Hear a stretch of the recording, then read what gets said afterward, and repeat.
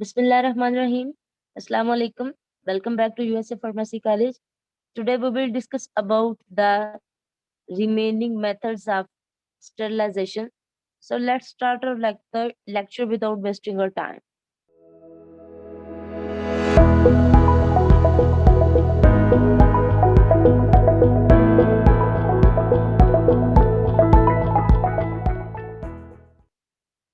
Chemical sterilization. Chemical are also used for sterilization. कहते हैं chemicals को भी हम स्टेरिलाइजेशन के प्रोसेस के लिए इस्तेमाल कर सकते हैं. Although heating provides the best reliable way to ride objects of all transmissible agents, it is not always appropriate because it will damage heat sensitive materials such biological materials, fiber optics, electronics and many plastics. कहते हैं हम कुछ chemicals को भी sterilisation के लिए इस्तेमाल कर सकते हैं. अगरचे हीटिंग वाला जो प्रोसेस होता है, हीटिंग वाला जो तरीका होता है, वो रिलायबल वे होता है, एक अच्छा सैटिस्फैक्टरी मेथड होता है. उसको उसमें हम ट्रांसमिसिबल एजेंट्स को क्या कर सकते हैं, राइड कर सकते हैं, रिमूव कर सकते हैं, किल कर सकते हैं. लेकिन ये कहते हैं ये अप्रोप्रिएट हमेशा अप्रोप्रिएट नहीं होता, हमेशा ठीक नहीं होता. बिकॉज वजह क्या है, it will damage heat sensitive material. कि वो वाला मटेरियल जो हीट से सेंसिटिव है, हीट स्टेबल नहीं है, जिसको हीट डैमेज कर देती है, वो क्या होती है, वो हीट वाले मेथड से डैमेज हो जाएगी. जैसे क्या बायोलॉजिकल मटेरियल्स, हॉस्पिटल्स में इस्तेमाल होने वाला मटेरियल्स ज्यादातर, जैसे कि सर्जरी के दौरान इस्तेमाल होने वाला dress, fibre optics fibre optics जो होती हैं वो, इलेक्ट्रॉनिक्स की कोई भी चीज या फिर कोई भी प्लास्टिक की चीज, ये सारी की सारी चीजें हीट सेंसिटिव है, हीट स्टेबल नहीं है. तो ये क्या होता है, ये हीट से डिस्ट्रॉय हो जाती है. अब वो वाले केमिकल्स जो जिनके थ्रू हम केमिकल स्टरलाइजेशन करते हैं, उसमें इंक्लूड्स कौन कौन से है. Chemical sterilization includes first one is ethylene oxide, second ozone, third chlorine bleach, fourth glutaraldehyde, five formaldehyde, six hydrogen peroxide, seven parasitic acid, and eighth and last one is prions. Chlorine bleach. Chlorine bleach is another accepted liquid sterilizing agent. कहते हैं ये जो chlorine bleach है, ये liquid form में एक और ज्यादा से ज्यादा इस्तेमाल होने वाला केमिकल की फॉर्म में स्टेरिलाइजिंग एजेंट है, जिसको स्टेरिलाइजेशन के लिए ज्यादा से ज्यादा इस्तेमाल किया जाता है. अब इसमें क्लोरीन ब्लीच जो है, इसको हम अगर आप लोग थोड़ा दिमाग लड़ाएं तो आप लोग घरों में भी इस्तेमाल करते हैं. अगर कपड़ों वगैरह पे कोई ऐसा दाग स्टेन लग जाता है जो प्लेन सरफ से मतलब नहीं निकल सकता, तो उसके लिए घर में क्या इस्तेमाल किया जाता है, ब्लीच, क्लोरीन ब्लीच इस्तेमाल की जाती है, जिससे वो क्या होता है, वो दाग वो स्टेन उतर जाता है. Anyhow, chlorine bleach, household bleach consists of 5.25% sodium hypochlorite. कहते हैं ये जो घरों में इस्तेमाल होने वाली क्लोरीन ब्लीच है, इसमें 5.25% सोडियम हाइपोक्लोराइट होता है. It is usually diluted to 1/10 immediately before use. कहते हैं यूज से इस्तेमाल से पहले इसको डाइल्यूट किया जाता है, इसका 1/10 पार्ट जो होता है उसको डाइल्यूट किया जाता है, एडिशन ऑफ वाटर की जाता है बिफोर यूज, इस्तेमाल से पहले. However, to kill Mycobacterium tuberculosis को रिमूव करने के लिए, किल करने के लिए, it should B diluted only 1/5, और ये जो होता है ये डाइल्यूटेड होता है 1/5. माइकोबैक्टीरियम ट्यूबरक्यूलोसिस, वो वाले बैक्टीरिया जो ट्यूबरक्यूलोसिस काज कर सकते हैं, टीबी काज कर सकते हैं, लंग्स की प्रॉब्लम इंफेक्शन काज कर सकते हैं, उनको इसके थ्रू हम राइड आउट कर सकते हैं. The dilution factor must take into account the volume of any liquid waste that it is being used to sterilize.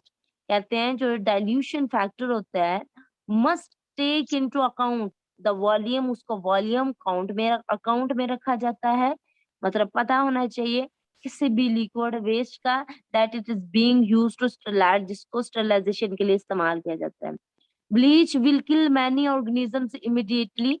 Bleach जो है वो कई ऑर्गेनिजम्स को जल्दी से किल कर देती है, but for full sterilisation it should be allowed to react for 20 minutes.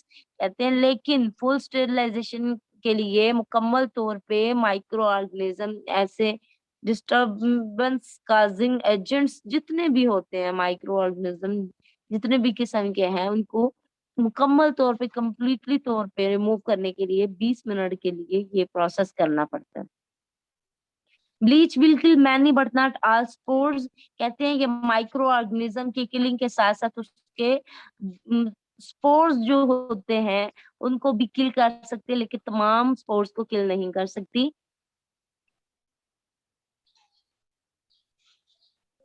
It is highly corrosive and may crude even stainless steel surgical instruments। कहते हैं ये बहुत ज्यादा corrosive होती है दिमाग का हेज मवाद होता है इसके अंदर, और ये स्टेनलेस स्टील को क्रूड कर सकती है।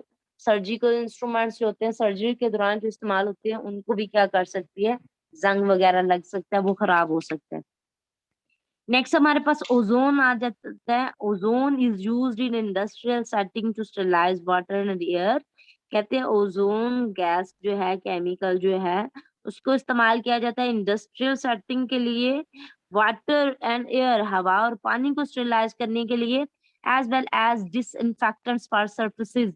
उसके साथ साथ कई सर्फेसिस, कई चीजों की सतह को साफ करने के लिए, डिसइंफेक्टेंट करने के लिए भी इसको इस्तेमाल किया जाता है। It has the benefit of being able to oxidise most organic matter.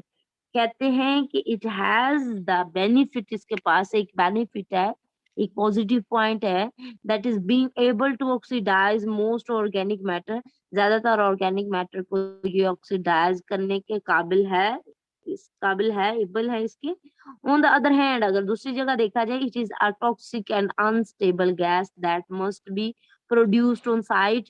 कहते हैं उसके साथ साथ ये एक बहुत ज्यादा जहरीला और अनस्टेबल गैस है, जहरीली है, जो साइड पे इफेक्ट कर सकती है।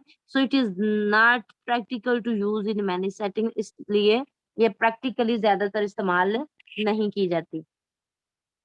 नेक्स्ट मैकेनिकल मेथड्स आ जाते हैं। केमिकल मेथड्स के बाद मैकेनिकल मेथड में शामिल इंक्लूड्स फिल्ट्रेशन। कहते हैं जो मैकेनिकल मेथड है उसमें कौन सा मेथड इस्तेमाल होता है, कौन सा शामिल है, फिल्ट्रेशन का मेथड उसमें शामिल है। अब फिल्ट्रेशन के मेथड में क्या कहते हैं जी, फिल्ट्रेशन में सिंपली उन्होंने क्या आप लोग को एक फनल दिखाई हुई है, ठीक है, फनल के साथ एक बीकर है, उसके अंदर वो कोई भी प्रिपरेशन टेस्ट ट्यूब के थ्रू डाल रहे हैं। अब क्या उस फनल के थ्रू वो जो मटेरियल है, कोई भी प्रिपरेशन है, वो क्या जा रही है, वो नीचे बीकर के अंदर जा रही है। अब क्या होगा कि इसके अंदर उन्होंने फिल्टर पेपर लगाया हुआ होगा फनल के अंदर।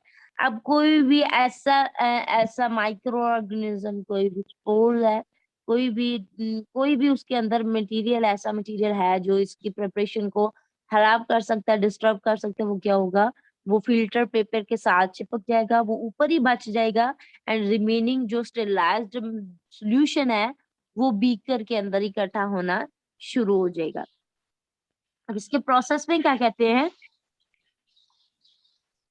involves the physical removal exclusion if all cells in a liquid or gas।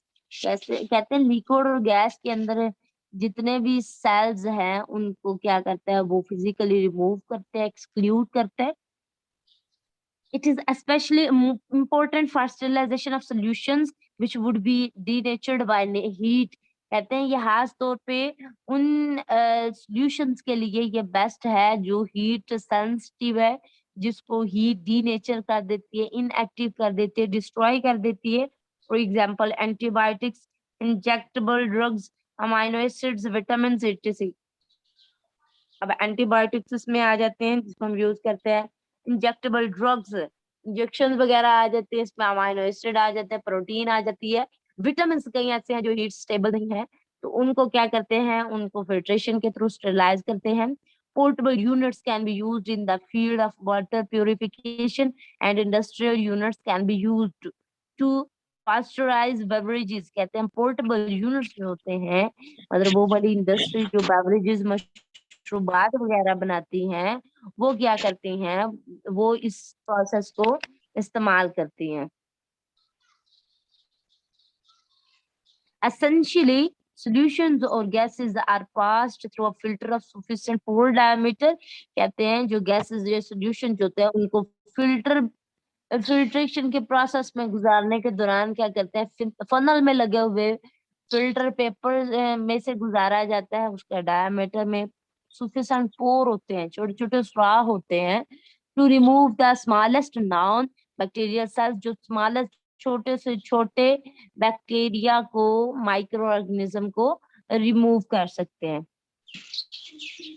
Preservatives, static agents used to inhibit the growth of microorganisms, most often in foods. If eaten, they should be non-toxic and sulfur dioxide। कहते हैं जो हमारे पास static agents होते हैं, static agents ऐसे agent होते हैं जो बैक्टीरिया की, माइक्रो ऑर्गेनिज्म की ग्रोथ को इनहिबिट कर सकते हैं। मीन्स दैट के खाने वाली अशिया में ज्यादातर ऐसे माइक्रो ऑर्गेनिज्म आ जाते हैं, टॉक्सिक मटेरियल आ जाते हैं, टॉक्सिक माइक्रो ऑर्गेनिज्म आ जाते हैं। उसको नॉन टॉक्सिफाई करने के लिए हम स्टैटिक एजेंट इस्तेमाल करते हैं। अब स्टैटिक एजेंट कौन सा होता है? स्टैटिक एजेंट ऐसा एजेंट होता है जो माइक्रो ऑर्गेनिज्म की ग्रोथ को इनहिबिट कर देता है, स्टॉप कर देता है। इस तरह से कोई भी ऐसी चीज जो हम बाजार से लेते हैं, ठीक है, जो ज्यादा प्योरीफाई नहीं होती, स्टेरिलाइज नहीं होती, तो उसमें क्या करते हैं, हम स्टैटिक एजेंट इस्तेमाल कर लेते हैं। और स्टैटिक एजेंट वो वाला एजेंट होता है जो उसके अंदर मौजूद टॉक्सिक माइक्रोब, टॉक्सिक डिजीज का से एजेंट को की ग्रोथ को रोक देता है, इनहिबिट कर देता है, जिससे वो टॉक्सिक से नॉन टॉक्सिक हो जाती है और उसका फिर ज्यादा नुकसान नहीं होता।